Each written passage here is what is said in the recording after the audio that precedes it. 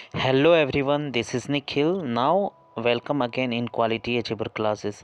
आपको पता है कि मैं नवोदय का क्लासेस चला रहा हूँ और आज जो है 13वां क्लासेस है। यानी पिछला जो मैं मेजरमेंट रिलेटेड पॉइंट लेके आया था उसमें कुछ छूट गया था क्योंकि क्लासेस लंबा हो गया था, सो मैंने उसे छोड़ दिया था। But this time I am ready for and this chapters and this chapter introductions. So आपको अंत तक बने रहना है और सारे चीज़ों को अच्छे से नोट डाउन करना है क्योंकि all the facts is necessary for your upcoming examinations. अगर आपको इससे मतलब इससे रिलेटेड यानी कि मेजरमेंट से रिलेटेड जितने भी क्वेरीज हैं वो सारे कंप्लीट करनी है तो you must need to the complete the all the fact of this chapters. ठीक है, अगर आप सारे फैक्ट्स को कंप्लीट करोगे after that you realize that कि आप सारे क्वेश्चन अच्छे ढंग से कर पाओगे। देखो, मैंने बोला था कि कोट डेली लेके आऊँगा, तो ये कोट क्या है कि आ लिटिल प्रोग्रेस क्या है, आ लिटिल प्रोग्रेस यानी जो हम लोग का लिटिल प्रोग्रेस होता है वो क्या होता है कि each day add up to big result, यानी कि हर दिन आप छोटा छोटा प्रोग्रेस करते जाओगे। यानी कि आप जब मैं बैच स्टार्ट किया था तो मैंने सोचा था कैसे हैंडल करूँगा, but today I am complete the 13th batch. यानी कि छोटा छोटा बैच कंप्लीट करते करते आज मैं 13 बैच को कंप्लीट कर दिया। तो आपको क्या करना है कि छोटा छोटा प्रोग्रेस करते रहना है। आपको ये नहीं देखना है कि वो काम कैसे होगा, मैं कर पाऊँगा कि नहीं कर पाऊँगा। तो ये सारा माने कि आपको नहीं सोचना है, आपको डेली बेसिस पे वर्क करना है, डेली बेसिस पे। और थोड़ा थोड़ा वर्क, आप देखते हो ना मिस्त्री क्या करता है, कोई घर स्टार्ट करता है बनाना, तो क्या पहले तो घर बन के तैयार नहीं हो जाता है। तो वो क्या करता है सबसे पहले कि आप देखोगे कि वो घर बनाने से पहले उसका पूरा मटेरियल सारे चीज़ को मिलाता है, धीरे धीरे न्यू बनाता है। न्यू मतलब उसका बेस फॉर्म बनाता है। आफ्टर दैट वो वॉल बनाता है। वॉल बनाने के बाद तब जाके ऊपर में छत डलाई जाता है, फिलर बनाया जाता है। ये सारा चीज़ करने के बाद इसलिए हर चीज़ धीरे धीरे होता है। आपको लास्ट तक बने रहना है, अच्छे ढंग से छोटा छोटा करते रहना है। आफ्टर दैट आप रियलाइज़ करोगे कि मैं बहुत बड़ा करने योग्य बन चुका हूँ। ओके, तो इस बात को आपको ध्यान रखना है। ओके, तो यहाँ पे छोटी छोटी बातें को ध्यान अगर रखोगे तो आप डेफिनेटली सक्सेस करोगे। तो चलिए स्टार्ट करते हैं। हमारा जो टॉपिक था, मोस्ट इम्पॉर्टेंट टॉपिक, वो क्या था कि यूनिटरी मेथड। क्या है? यूनिटरी मेथड है। यूनिटरी मेथड को हम हिंदी में कहते हैं एकिक नियम। क्या कहते हैं? एकिक नियम। एकिक नियम। तो इस एकिक नियम को आपको क्या करना पड़ता है, बनाने से पहले सबसे पहले आप याद रखो कि आप कभी बाज़ार जाते होगे, कभी कभी होता है कि हम लोग एक आर्टिकल्स खरीदते हैं, यानी एक वस्तु खरीदते हैं, उसके लिए मान के चलो आप 5 रुपीज़ पे किए। ध्यान से देखिएगा, समझने वाला बात है कि आप एक आर्टिकल्स खरीदे हो, एक आर्टिकल्स का जो प्राइस है 5 रुपये है, तो ऐसे ऐसे 20 आर्टिकल्स खरीदोगे तो कितने प्राइस देने पड़ेंगे। यहाँ देखो 20 से गुना कर रहे हैं तो ये डेफिनेटली इसमें भी हम 20 से गुना कर देंगे तो हमारा उस आर्टिकल्स के लिए जो पे करेंगे वो कितना होगा, 100 रुपीज़ हो जाएगा। कितना हो जाएगा? 100 रुपीज़। और उसी तरह से आप देख लो कि अगर मान के चलो 20 आर्टिकल्स का जो है प्राइस दिया हुआ है 100 रुपीज़, अगर हमको 1 आर्टिकल्स का प्राइस निकालना है तो यहाँ देखो, यहाँ क्या हो रहा है, डिवाइड हो रहा है। कितना से हो रहा है? 20 से डिवाइड हो रहा है।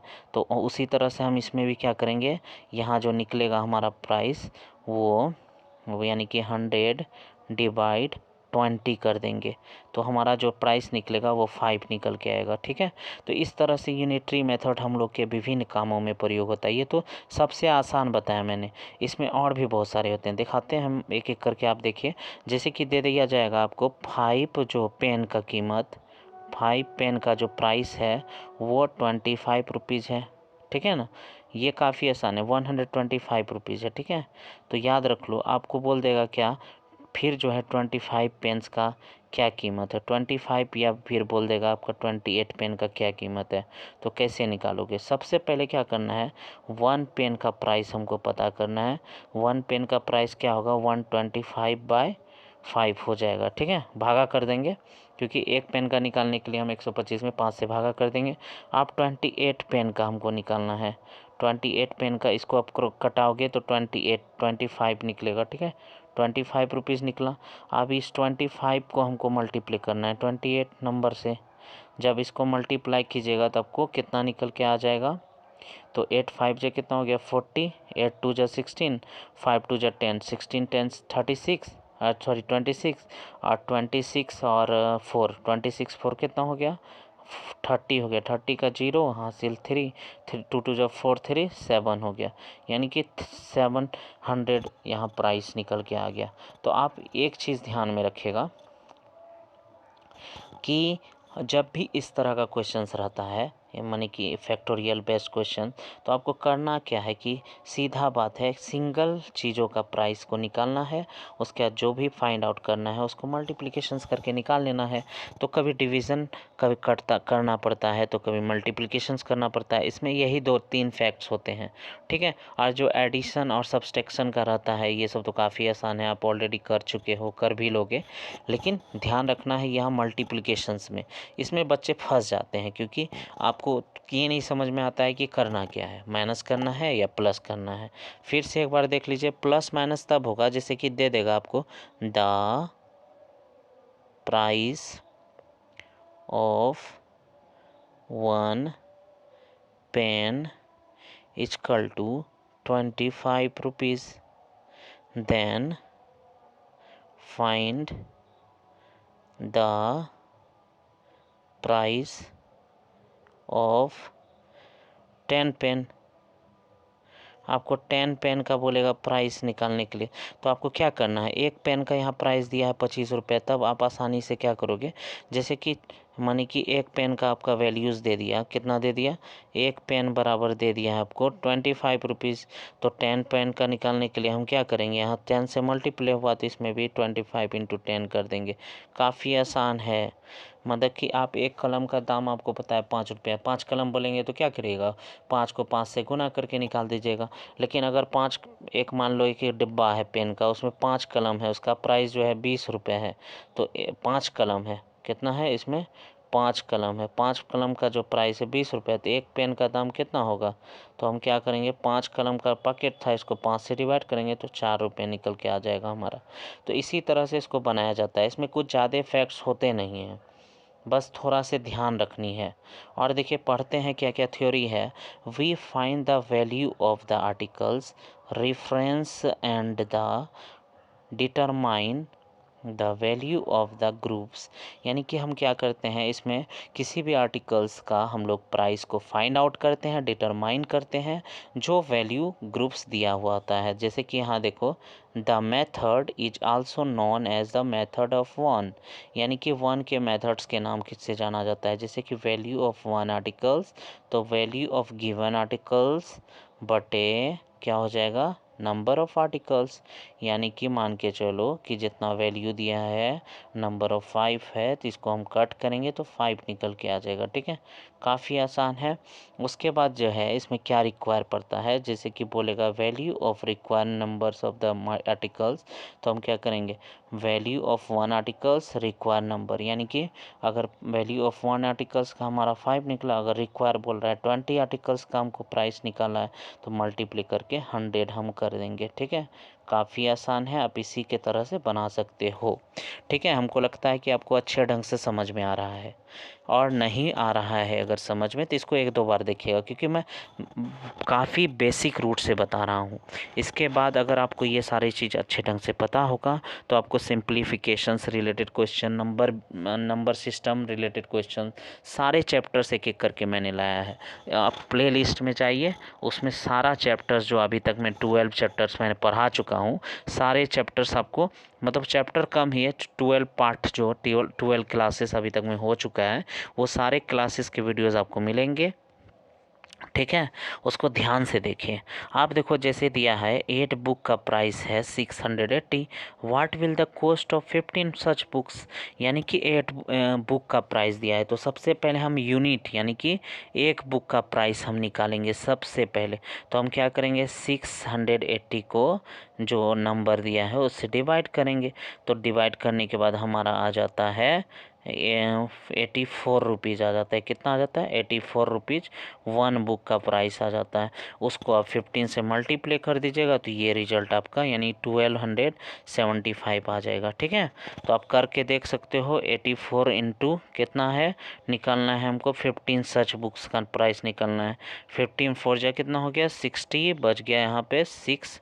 15 फोर जा 120 और 6 100, यानी 15 फोर जाए। यहाँ पे थोड़ा से प्राइस में मैचअप हो गया, 5 होना चाहिए, यहाँ 5 होगा।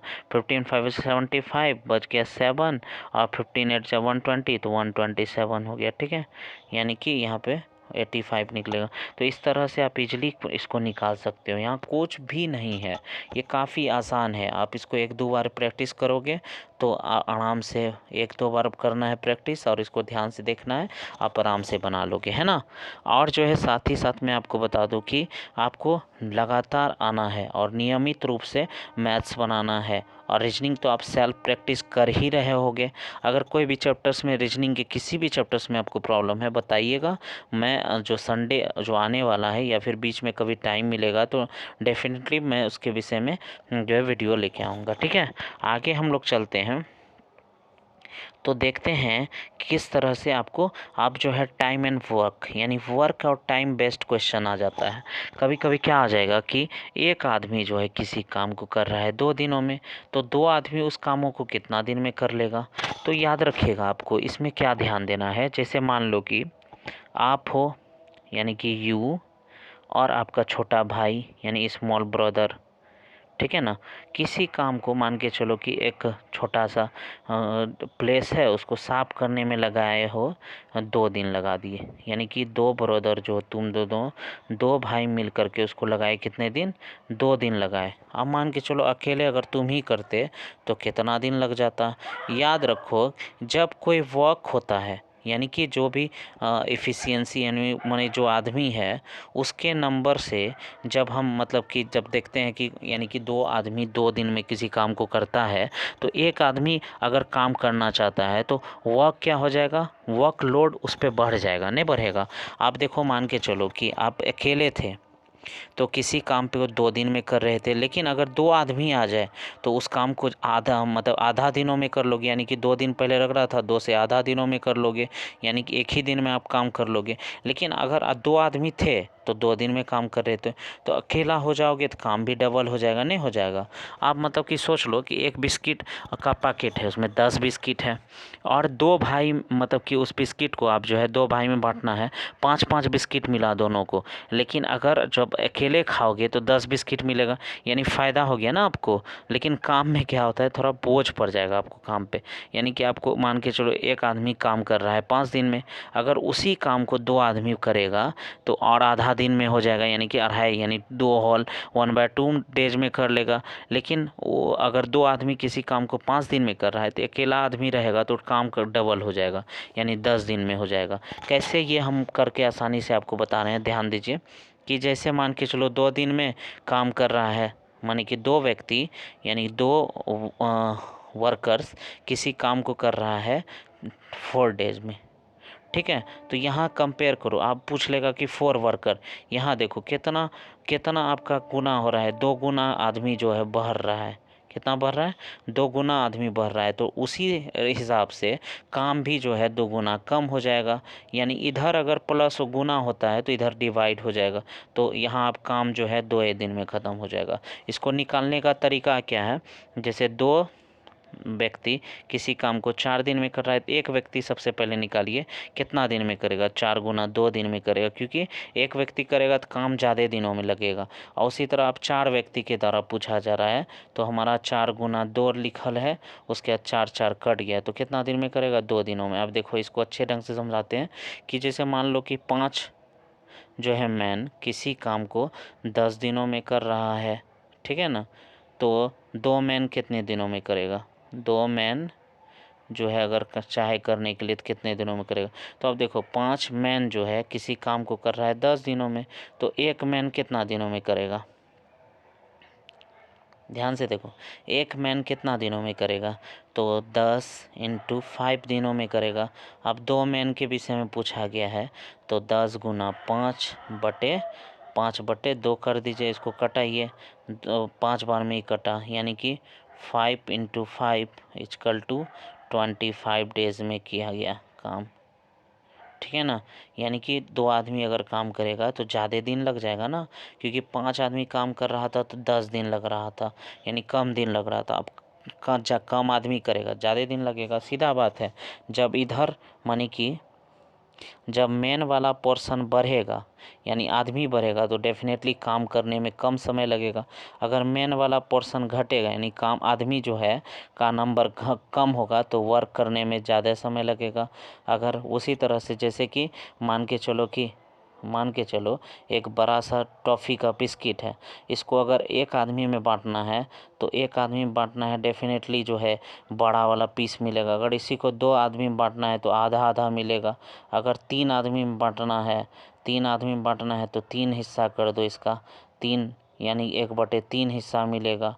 तो इसी तरह से माने बढ़ते चले जाएगा। लेकिन उसी तरह काम में बात करें, काम में क्या होता है कि अगर एक आदमी काम करता है 2 दिन में, तो 2 आदमी करेगा आधा दिन में, यानी इधर गुना होगा तो इधर डिवाइड होगा, और इधर अगर डिवाइड होगा तो उधर गुना होगा। बराबर के पहले अगर डिवाइड होगा तो इधर गुना हो जाएगा, इधर गुना होगा, इधर डिवाइड हो जाएगा। इस छोटा क्वेश्चंस में मैं बता रहा हूँ, इसमें बहुत तरह का हार्ड आता है, तो आसानी से बनेगा, कोई घबराने की बात नहीं है। मैं एक एक करके सभी चीज़ों को ध्यान से आपको कराऊंगा, बस आपको बने रहना है अंत तक, ठीक है। तो यहाँ क्या क्या क्वेश्चन होता है, वर्क और पर्सन, यानी कि काम और टाइम और पर्सन, यानी कि बोल देगा 1 घंटा में कोई काम कर रहा है, एक व्यक्ति जो है 2 घंटा में काम कर रहा है, तो 2 व्यक्ति कितना घंटा में काम करेगा।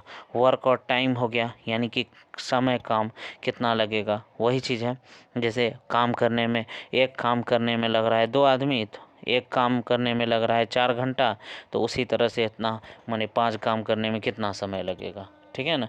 ये सब आसान है, ये सब डिपेंड करता है। याद रखिएगा, कोई भी काम अपने आप में एक होता है, यानी कि 100% होता है, यानी कि काम कभी भी आधा और एक नहीं होता है। माने कोई भी काम, जैसे मान के चलो आप घर बना रहे हो, पूरा कंप्लीट होगा घर बनाने में तो एक काम कंप्लीट होगा। आधा काम तब होता है जैसे कभी 1/2 काम कंप्लीट किया गया तब होता है, लेकिन कभी भी काम अपने आप में 100% होता है। तो आई होप कि आपको ये सारे जो क्लासेस मैंने आपको बताया वो एकदम से वर्थी होगा, इम्पोर्टेंट होगा।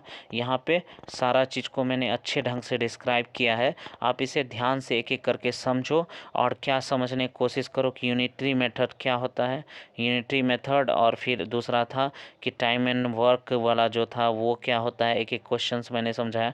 जैसे यहाँ देखो, एक व्यक्ति जो है माने if the wages of 12 man for 30 days each इतना, माने कि एक आदमी माने कि 12 आदमी का 30 दिन का काम का पैसा है इतना है, तो 18 आदमी का 25 दिन का काम का कितना हो जाएगा। तो सीधा बात जानो कि 12 आदमी कितना दिन काम कर रहा है, 30 दिन काम कर रहा है, तो एक आदमी अगर काम करेगा तो कितना दिन में करेगा, एक आदमी काम करेगा 30 × 12 कर दीजिए, और 30 × 12 एक आदमी अगर पैसा कमाता उसको इतना रुपए मिलता ना।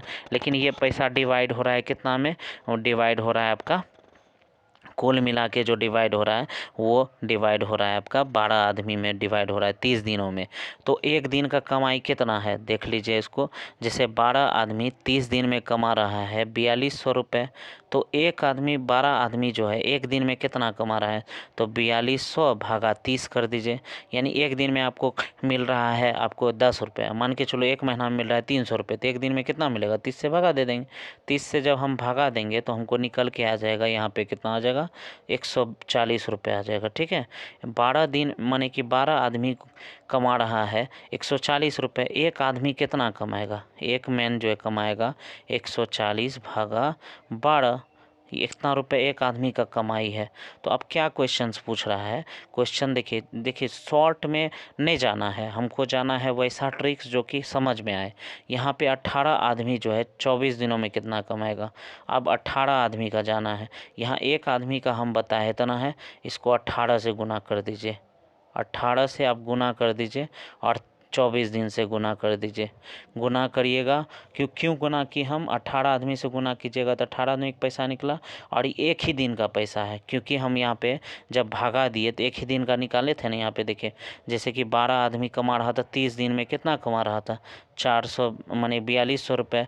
तो 12 आदमी का एक दिन का कमाई मैंने कैसे बताया, 4200, तो 30 दिन का था, 30 से भगा दिए तो हम निकाले थे 140 रुपये निकाले थे। अब एक आदमी का एक दिन का इनकम हम हो गया 140 भागा 12 कर दीजिए, और इसको निकाल दिए थे। तो अब जो है 18 आदमी का 24 दिन का इनकम निकालना है। तो 140 बटे भागा 12 और 18 गुना 24 हो गया। 18 जैसे गुना किए तो 18 आदमी का हो गया, 24 गुना किए 24 दिन का हो गया।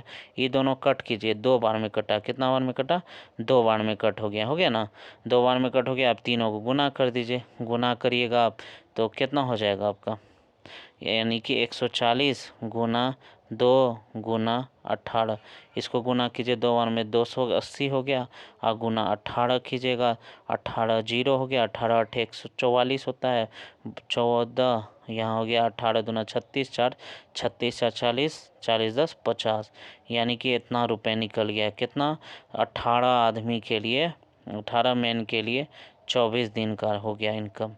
यानी कि इसको बनाने का कोई हार्ड जो है ना प्रोविज़न नहीं है, बस आपको क्या करना है, आराम से समझना है।